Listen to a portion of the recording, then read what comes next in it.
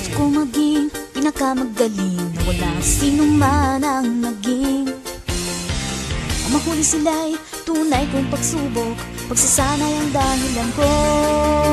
Isang halimaw, dapat mahuli silang lahat. Oh, ikaw at ako, alam kong ito'y tadhana. Dapat mahuli silang lahat, dapat mahuli silang lahat. Boss ng halimaw. Ako si Ash Ketchup. As in, kailangan ko mag-catch up sa grades ko. At nandito ako para manghuli ng espesyal na klase ng Pokemon. Ang Dano members.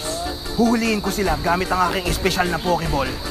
At mapipilitan silang sagutin ang aking mga katanungan tungkol sa minamahal kong org.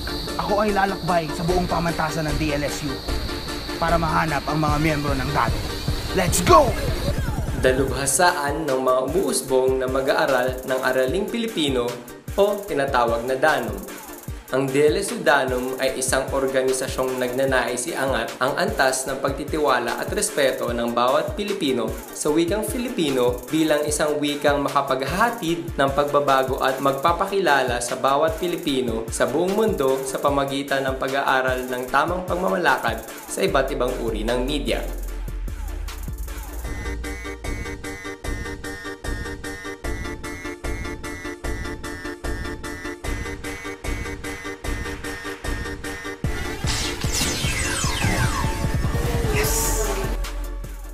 Karamihan ng mga proyekto ng Danum ay nakafocus sa pagpapaunlad ng media, kultura, at wikang Filipino. So karamihan ng mga miyembro ng Danum ay mga major sa Araling Pilipinas. Pero binubuksan din yung Danum sa iba pang kurso. Ngayong taon, marami kaming mga proyekto.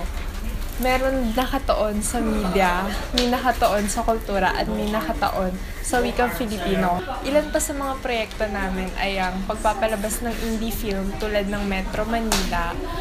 Meron din kaming mga proyekto tulad ng Malacanang Tour, ABS-CBN Tour. Isa pa sa mga proyekto ng Danum ay ang #trending. Ito naman ay tungkol sa mga sikat na vlogger na inimbitahan namin para mag-discuss o talakayin yung pag-usbong ng vlogging sa Philippines. Yung tema ng Danum ngayong taon ay pintig ng media. So, sa pintig ng media, nilalayo namin na buhayin o bigyan ulit ng pintig yung mass media dito sa Philippines, lalong-lalo na sa Lasal. So, yun nga, katulad, paano namin ginawa yun? Katulad na nabanggit ko, nag-focus kami sa mga proyekto na may kinalaman sa media, tulad ng vlogging, ABS-CBN Tour, at iba pa.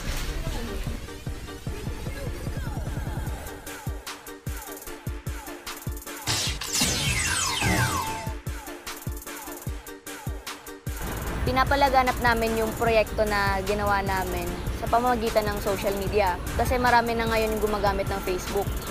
Usually, ang mga ginagawa naming caption doon sa pubs na ginagawa namin ay medyo situational siya para makarelate yung mga estudyante. Kunwari, halimbawa doon sa Metro Manila, ginanap namin yun noong Pebrero, which is Valentine's Day. So, ang nilagay namin doon para mahikayat silang manood ay yung mga walang date or yung mga may gustong, yung mga may ka-date at wala silang maisip na gawin.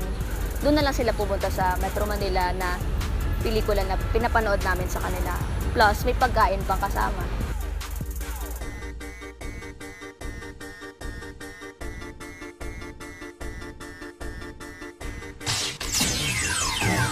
Naisa sa katuparan namin yung bawat proyekto sa pamamagitan ng pagpapahalaga sa opinion ng bawat miyembro. So, kada meeting, nagbibigay kami ng pagkakataon sa kanila na magbigay ng suggestion or opinion sa gagawin naming mga project. Layunin ng Danum na makilala ng bawat estudyante yung Araling Filipino, particularly yung language at kultura ng ating bansa, sa pamamagitan ng pag-appreciate na rin ng Philippine mass media.